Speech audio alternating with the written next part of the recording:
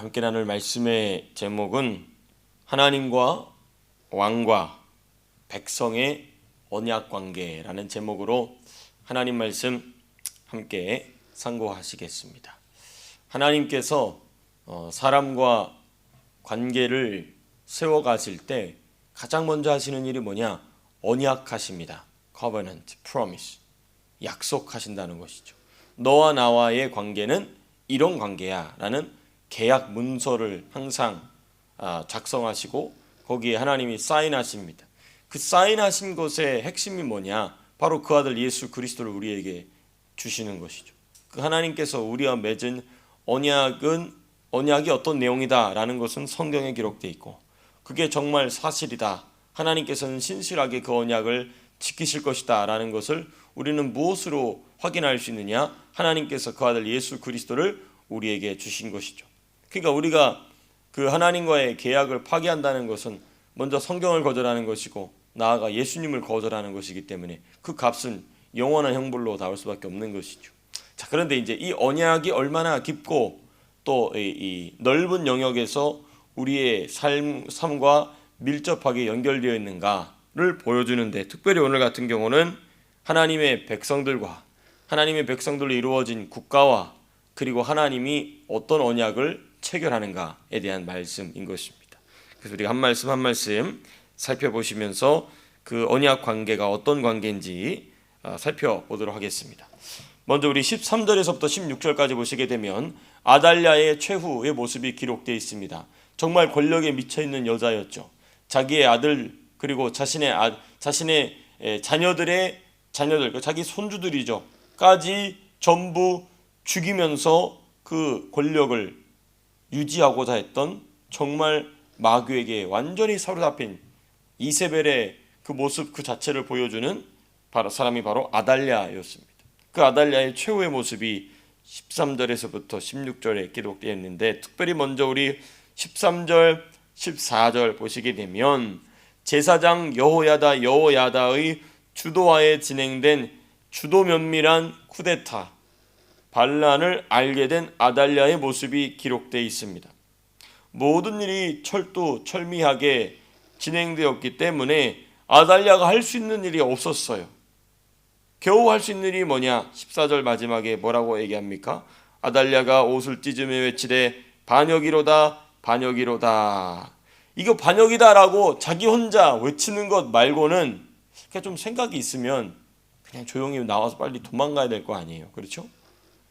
그런데 자기가 그 한가운데서 반역이다 외치면 사람들이 자기를 도와줄 줄로 착각한 것 같아요.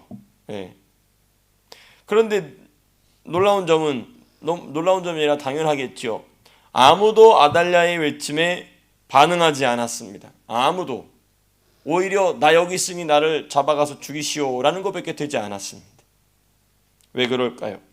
아달랴가 6년 동안 보여준 모습에 대한 열매이겠죠.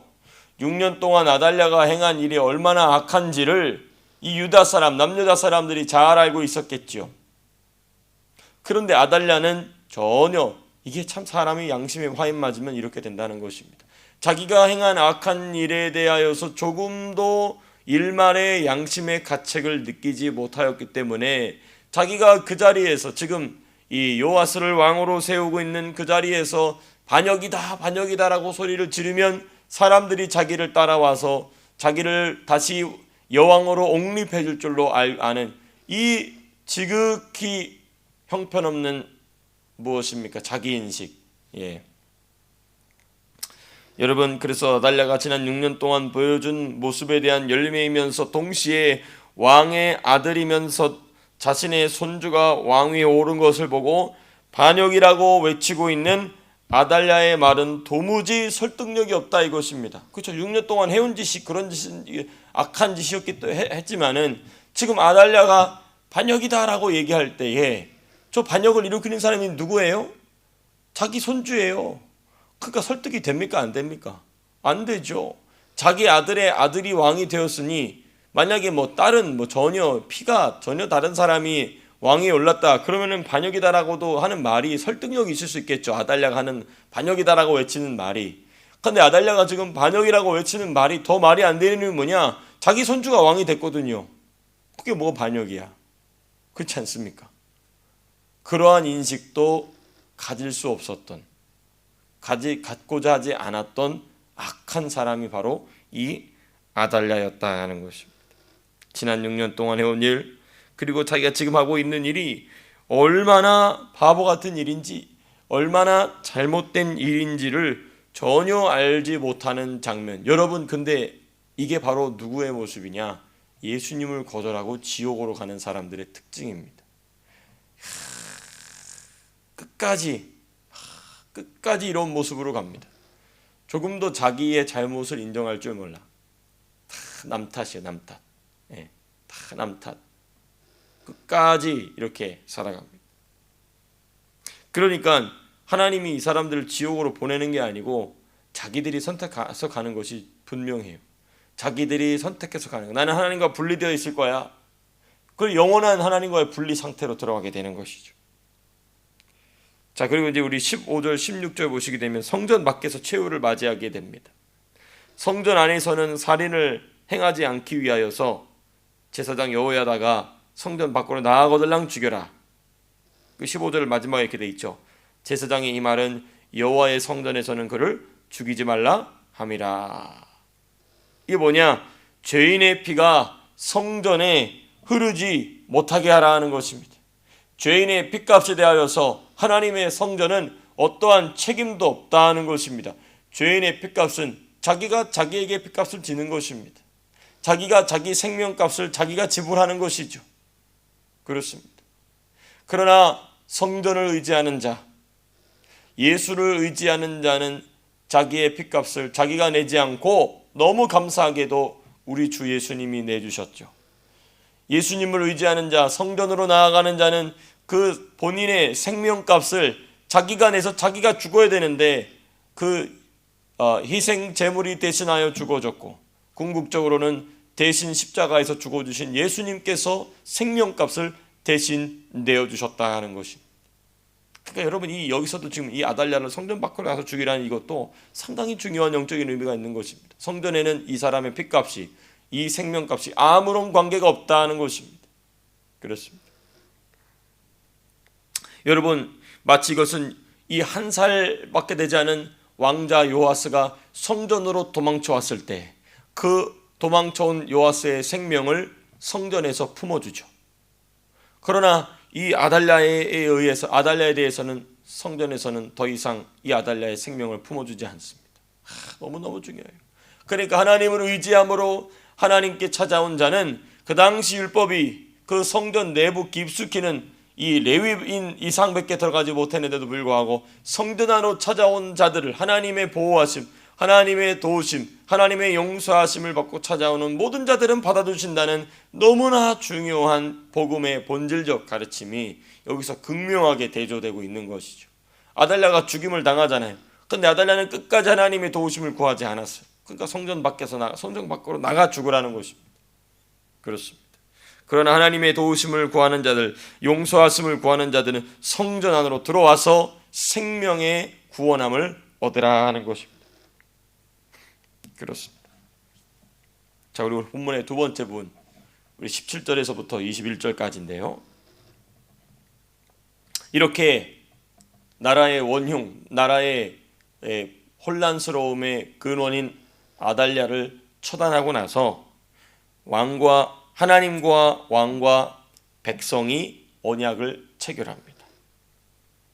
17절 보면 이렇게 돼 있죠.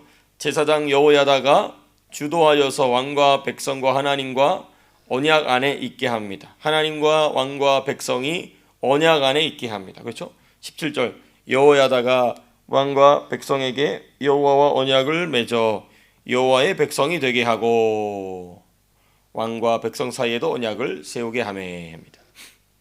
왕과 백성이 여호와 하나님과 언약을 맺게 됩니다. 그리고 왕과 백성도 서로 언약을 맺게 합니다. 여러분, 이것은 바로 우리가 여러 번 찾아봤던 신명기 17장 18절에서부터 20절에 기록된 말씀에 근거한 언약 체결인 것입니다. 누가 왕위에 오르거든 해놓고 그 언약 이 율법의 필사본을 항상 그 사람 곁에 있게 하여서, 그렇지 않습니까? 하나님과의 맺은 언약, 그리고 너가 그 왕이 백성과 맺은 언약이 어떠한 내용을 가지고 있는지를 율법을 통하여서 항상 기억하게 하라. 이때 여러분 중요한 게 뭐냐? 이 언약의 성사를 위해 이 일을 주도한 인물은 역시 제사장 여호야다였다는 것입니다. 교회와 국가의 관계 성립의 핵심 가치, 핵심 역할 누가 했느냐? 제사장이 했다는 것입니다. 자, 그리고 우리 18절을 보시게 되면 언약을 실천하는 백성들의 모습이 기록되어 있습니다. 18절 보시면 온 백성이 바알의 신당으로 가서 그 신당을 허물고, 이 18절 보게 되면은 이 17절 이후에 언약이 체결된 뒤에 백성들이 가서 우상 제단을 다 박살을 냅니다. 이게 무엇을 의미하느냐? 언약 참가자들은 언약을 위해, 언약에 포함된, 언약에 자신들이 소속되어 있음을 인정하는 자들은 언약을 위해 구체적으로 행해야 될 책무들이 있다 이것입니다. 하나님과 그리고 왕과 맺은 언약을 신실하게 실천하기 위하여서 가장 먼저 한 일이 뭐냐? 우상 근절한 것입니다. 그렇습니다. 그러니까 여기 우리 이 17절과 18절에 드러난 언약 관계, 요거 정리하고 오늘 말씀 맺고자 하는데요. 먼저 중요한 게 뭐냐? 왕과 백성이 누구와 언약을 체결한다고요? 먼저 여호와 하나님과 언약을 맺습니다. 그 17절이 그렇게 돼 있죠. 여호야다가 왕과 백성에게 누구와 언약을 맺게 한다고요? 여호와와 언약을 맺어 여호와의 백성이 되게 하고. 그러니까 이게 참 중요합니다. 왕이나 백성이나 하나님 앞에서는 다 누구의 백성이다? 여호와 하나님의 백성이다 하는 것입니다. 이런 관점에서 우리 로마서에 보게 되면 바울이 이 위에 있는 자들에게, 다스리는 자들에게 뭐라고 얘기합니까? 순종하라. 여기서 다스리는 자는 누구도 포함이 되냐면 다스리는 그 통치자 그 자신도 포함이 되는 것입니다. 왜?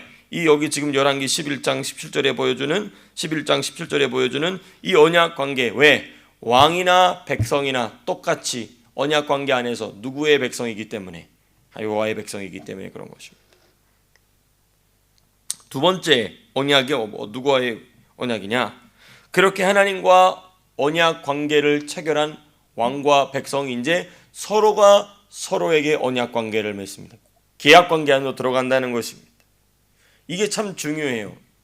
왕도 누구와, 당연히 이제 우리가 백성은 통치를 받는 입장이기 때문에 그거 당연하지, 왕의 명령을 따라야지, 한쪽으로만. 그런데 이 관계가 체결된 게 아닌 것입니다. 하나님 앞에서 왕과 백성이 서로 언약을 맺게 합니다. 너무너무 중요한 것이죠. 여러분, 그래서 이 언약 체결을 주도한 제사장 여호야다와 같이, 그러므로 교회는 하나님과 시민과 위정자가 진리의 언약 관계를 지키도록 주도적 역할을 감당해야 합니다. 이게 교회와 국가의 관계, 교회와 정부와의 관계, 세속 정부와의 관계의 핵심입니다. 핵심. 그러니까 이런 것이죠. 세속 정부가 하나님을 인정하든지 인정 안 하든지 상관없이 하나님의 백성된 시민들은, 그렇죠? 성도, 예수 믿는 시민들은, 위정자가 하나님과 맺은 이 언약 관계 안에 거하도록 계속 그것을, 언약 사항을 계속 이야기해 줘야 될 의무가 있다는 것입니다. 너무너무 중요합니다. 그래서 아달랴를 처단한 일 역시 그러한 맥락인 것이죠. 하나님과 왕과 백성이 언약을 맺을 때에, 그 언약을 맺을 때에 방해되는 모든 요소를 처단해 버리는 것입니다. 적극적인 방법으로, 또 수동적인 방법으로. 그렇습니다. 이게 지금 우리 시대에 하나님께서 주시는 너무나 중요한 메시지인 것이죠. 교회가 여러 가지 정치적, 국가적 상황 가운데 가지고 있어야 될 스탠스, 가지고 있어야 될 자세는 무엇인가? 언약 관계다. 언약 관계. 하나님께서 위정자와 그 국가의 시민들과 맺은 언약 관계 안에 있고, 그 언약 관계를 견고하게 하기 위해서 이 교회가, 성도가 선지자적 역할을 제사장적 역할을 감당해야 될 부분이 무엇인가? 언약을 상기시키는 것입니다. 그러면 이제 결론입니다. 이 언약은 하나님의 기록된 말씀인데 이 하나님의 기록된 말씀을 어떻게 표현하느냐, 여러 가지 방법이 있겠죠. 여러 가지 방법이 있는데 그것을 표현하도록 하나님께서 일반 은총, 일반 계시를 통하여서 주신 가장 적합한 체제가 뭐냐? 자유민주주의라는 것입니다. 왜? 자유민주주의 안에는 뭐가 보장되니까? 표현의 자유가 보장이 됩니다. 그러니까 표현의 자유가 그 자유민주주의 안에 들어가 있는 이유는 뭐냐? 많은 사람들이 다 자기가 하고 싶은 말을 마음껏 하게 한다라는 것이 일반적 정의지만 그 표현의 자유의 핵심, 본래의 의도는 뭐냐? 교회가, 성도가 신앙 양심을 따라 마땅히 해야 할 말을 가리지 아니하고 할 수 있게 하기 위함인 것이죠. 세속 정부는 그것을 막을 힘이 없다는 것입니다. 말씀을 맺도록 하겠습니다. 그래서 오늘 본문은 하나님과 왕과 백성의 언약 관계가 무엇인가, 그리고 그 언약 관계를 지키기 위하여서 각 당사자가 해야 될 일이 무엇인가, 하나님께서 하신 일은 무엇입니까? 하나님 말씀을 주시고 그 아들 예수 그리스도를 보내주시는 것입니다. 왕이 해야 될 일은 무엇입니까? 백성이 그 하나님과의 관계를 잘 지킬 수 있도록 보조하고 돕는 것입니다. 백성은 무엇입니까? 왕의 지도를 따라서 하나님을 잘 섬기는 것이죠. 이게 바로 가장 이상적인 국가의 모습이라는 것입니다. 이러한 우리가 말씀의 기준을 따라서 우리가 살아가고 있는 호주 땅도 이제 연방 선거 되잖아요, 그렇죠? 곧 있으면 이제 페더럴 일렉션 온단 말이에요. 그때 정말 이제는 좀 바뀌어야 됩니다.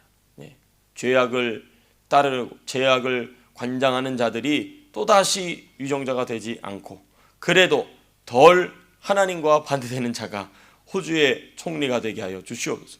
기도해야 될 줄로 믿습니다. 또 지금 여러 가지 난리 중에 있는 조국 대한민국의 상황도 우리가 이런 말씀을 깨달아서 말씀 붙잡고 또 나라와 민족을 위하여서도 항상 기도하는 애국 신앙인들로 우리가 살아가야 될 줄로 믿습니다. 자, 기도하고 마치겠습니다.